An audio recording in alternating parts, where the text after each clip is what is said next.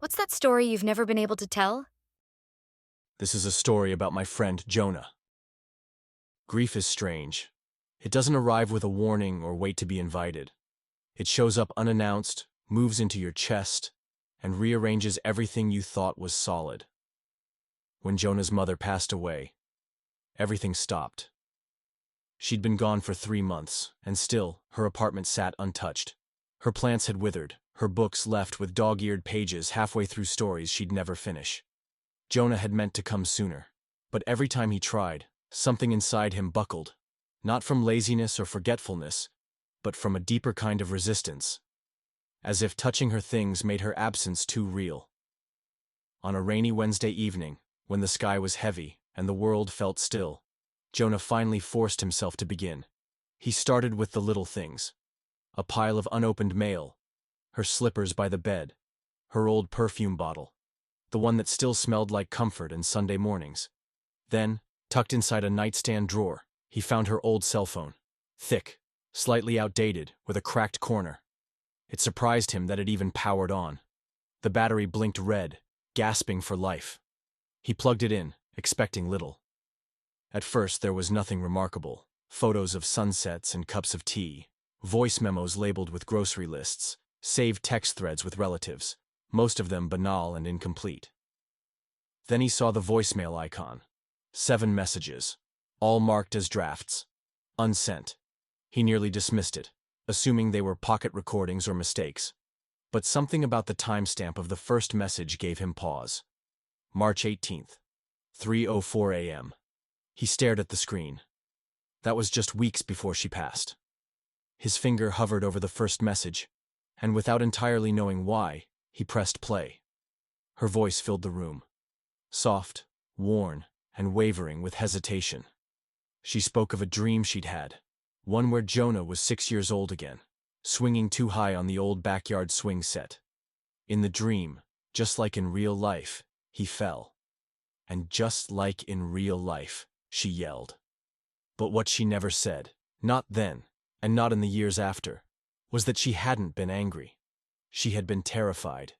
She had watched him fall and felt something inside her break, and the only language she had in that moment was anger. Jonah closed his eyes.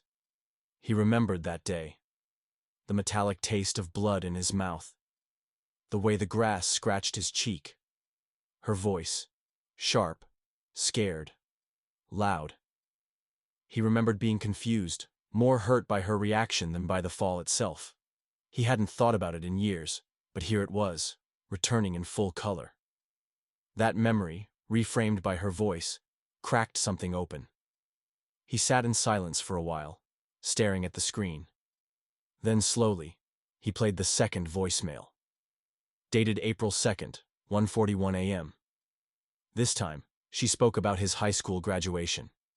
How she'd promised to meet him for dinner afterward but never showed. He'd waited for hours. She had said work ran late, but that was a lie. She admitted it without offering excuses. Just the truth, finally. She had driven to the restaurant that night, parked across the street, watched him sit alone through the glass, and left. Jonah's throat tightened. He remembered that night. The disappointment. The way he'd sworn to never expect anything from her again. He paused the message and stood up, pacing. Why hadn't she come in? What had stopped her? The voicemail didn't answer that. It only ended with a soft, "I'm sorry." He played the rest of them over the course of the night. Each message unfolded like a confession whispered to the dark, not seeking absolution, but simply release. One voicemail was about the first time he told her he hated her, in 8th grade, after she took away his computer for sneaking out. She had laughed at the time, brushed it off. But in the message, she admitted it had cut deep. That for days afterward, she wondered if she'd failed him somehow. Another one was about the time she read his college application essay, the one he never showed her. She found it tucked into a folder while cleaning his room after he'd moved out. She said it made her cry. That she didn't know he had struggled so much in high school, that he had felt invisible, lonely, unseen. She said she wished she had asked more questions. That maybe if she had, he wouldn't have felt like he had to keep everything inside. Jonah wrote down everything. He wasn't sure why. Maybe to make it feel more real. Maybe to hold on to the sound of her voice in case the phone died for good. The fifth message was lighter. She recounted the day he learned to ride a bike. How she'd pretended not to let go, even though she did. How proud she was when he kept going without falling. She said she always saw him that way. Determined, brave, too stubborn to give up even when it hurt. But it was the sixth message that hit him the hardest. She spoke about a time Jonah didn't remember. When he was 4. When she was struggling, overwhelmed by a failing marriage, bills piling up, and a body that didn't feel like her own. She said there was one night, after he'd finally fallen asleep, that she sat on the bathroom floor and cried so hard she thought her chest would break. She didn't say why she was telling him that. Only that she wanted him to know she'd tried. That being a mother had scared her more than anything. But loving him had always been the easy part. Jonah realized then that he had known versions of his mother. The disciplinarian, the cook, the worrier, the hug giver. But he had never known her pain, or her fears, or her loneliness. And then came the final voicemail. This one began with a long silence. He almost thought it was broken. Then her voice, barely there, cracked through. She said there was something she needed him to know. That when Jonah was born, she didn't feel what she was supposed to feel. Everyone talked about the rush of love, the overwhelming joy. But for her, it was different. It was distant. Heavy. She thought something was wrong with her. That she was broken. She battled feelings she didn't understand for months. The weight of expectations. The crushing fear of not being enough. There were moments, she admitted, when she felt like a stranger holding someone else's child.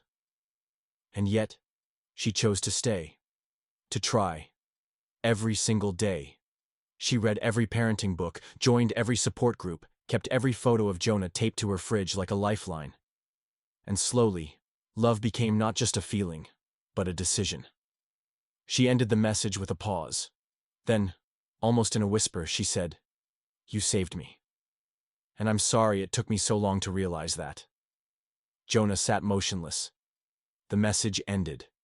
The screen dimmed, but something inside him ignited. For years, he had lived with a quiet bitterness. The small, sharp ache of things never said, apologies never made. But now, in the smallest of ways, that ache was softening. In the weeks that followed, he changed, not overnight, not dramatically, but in slow, deliberate ways. He reached out to his sister, whom he hadn't spoken to since the funeral. They met for coffee in silence, unsure of how to bridge the gap time had created. But when he finally told her about the voicemails, she cried. Not because she was surprised, but because she had needed to hear those things too. He started walking every evening. No headphones, no distractions. Just the sound of his breath and the distant echoes of his mother's voice. He picked up his notebook again, the one he used to write stories in before life got too heavy. He started writing about her. Not just the mother he knew, but the woman she had been. The one with dreams, fears, regrets, and immense, flawed, unconditional love. Sometimes he would sit on his balcony at night, watching the city blink beneath him, and wonder what she would think of all this. Of him.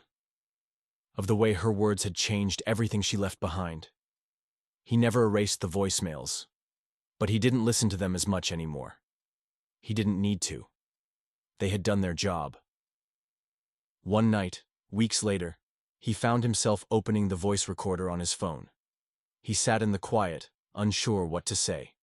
Then he began to speak.